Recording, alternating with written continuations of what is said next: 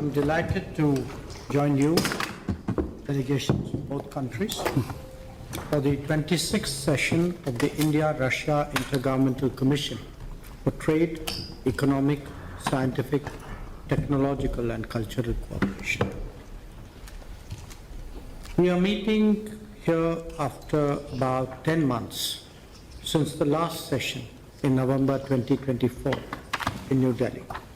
And I think this is perhaps the shortest intervals between two sessions that we've ever had.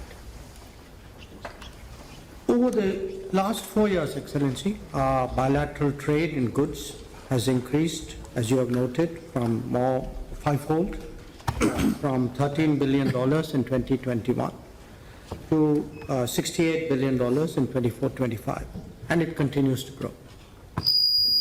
However, a major trade balance has accompanied the growth. It has increased from 6.6 billion to 58.9 billion, which is about 9 times. So we need to address that urgently.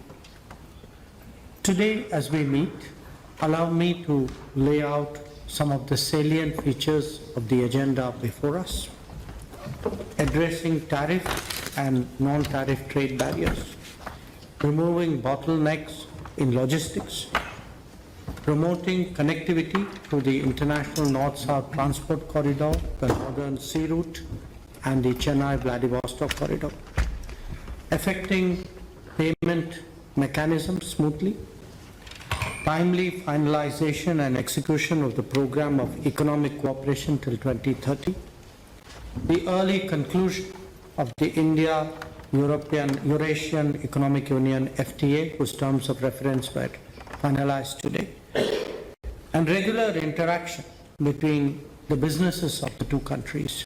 These are among the key elements. They will not only help to address the imbalance and grow our trade, but also hasten the timely achievement of our revised trade target of $100 billion by 2030.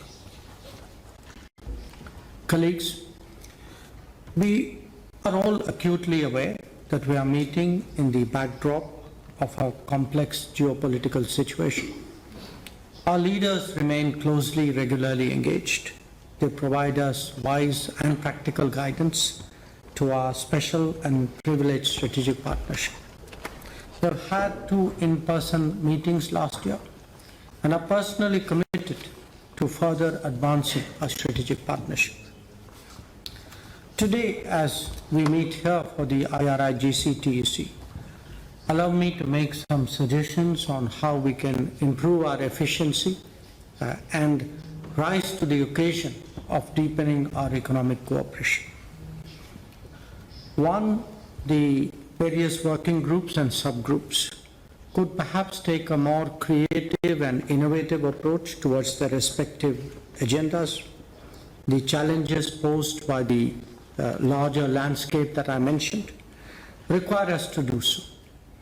And this should be done in a manner in which it works for both sides. So when we speak today, as you did, Excellency, of the smoothness of settlements, of better logistics, of diversifying our trade basket, of creating more joint ventures, of moving on skilling and mobility, these are some of the areas, some examples of what we need to focus on more effectively. Second, we should continuously diversify and expand our agenda through mutual consultation. It should help to tap into the full potential of our trade and investment ties. We should not get stuck on the beaten track. Doing more and doing differently should be our mantras. Third, I would urge that we set ourselves some quantifiable targets and specific timelines so that we challenge ourselves to achieve more, perhaps even surpass what we set out to do. Each working group and each subgroup could apply itself to setting of targets and see what we could achieve by the next session of the IRI-GC-TEC. For example, if you are looking at trade barriers, could we pick a certain number and make a commitment?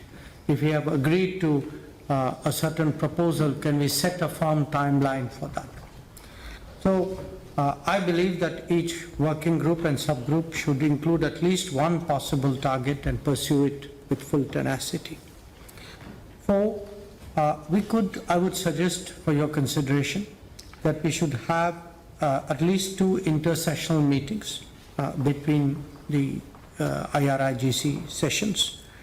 We could also do a virtual midterm review with all the co-chairs like we did in 23. It will certainly help us to take corrective measures and come up with adjustments which are required. To make that happen, I think it would also be useful if we each one designate a clearinghouse for the IRIGC TEC on both sides, who will remain in touch.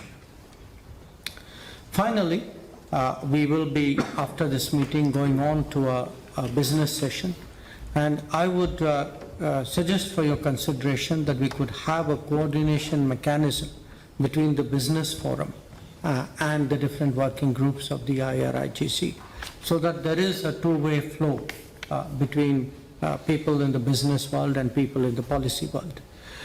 We would like the IRIGC to become even more result-oriented, relevant, and readily available to the business communities of the two sides.